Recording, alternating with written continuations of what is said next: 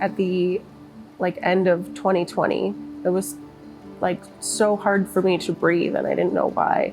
I couldn't take more than 2 steps without literally having to catch my breath. So doctor visit after doctor visit, they didn't know what was going on. But he told me, I can't tell you, but you need to go to the hospital. Something's really wrong. My first appointment with my oncologist, they said that it was not just cancer, it was stage 4 lung cancer, and that I should be making preparations for my children.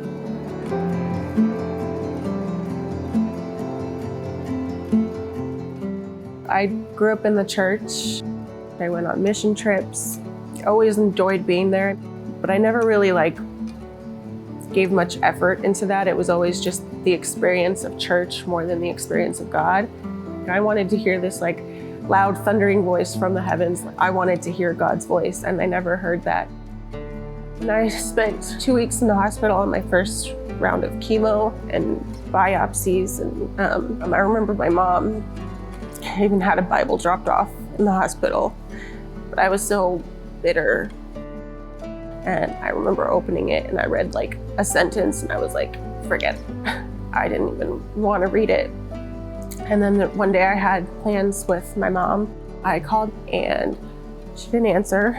And about 20 phone calls later, I was so worried that I took my kids and drove to my parents' house. And we knocked on the door and there was no answer. I saw my mom sitting in her chair and I touched her shoulder. My mom had passed away. I thought cancer was my rock bottom. That, how could I have cancer and lose my mom? We have really good family friends, Jan and her husband Mark. She came every week and she listened to whatever I had to say.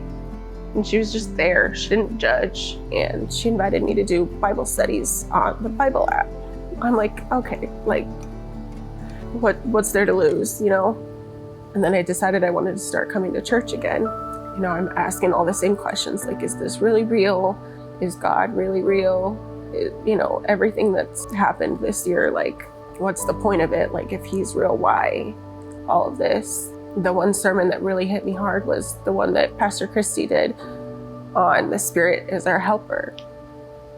And it made me really realize that I've been asking to see him my whole life. And I realized I have, my parents that supported me through being a teen mom, that's God. A lot of people don't get that. Jan, who came over and really helped me through the hardest time of my life, that's God. My sister, my husband, every person in my life who has helped me through the hardest time of my life, that's God speaking to me.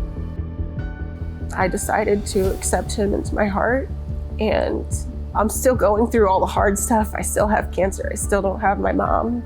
Instead of how church was when I grew up, just hearing everything they said, I started listening and putting it into practice. You have to put effort and you have to seek him, and you have to look at your life and realize what small miracles or big miracles that he's already done, even without you believing or even thinking he's real. He's had you, and it doesn't mean that you haven't gone through hard times. He's still there for you.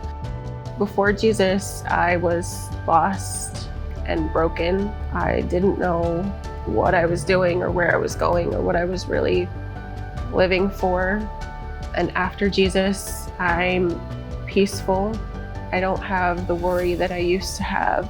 And I'm found. I feel like God knows who I am and cares about me. And there's something so much bigger than me who's in control of it all. Do you have a story like that?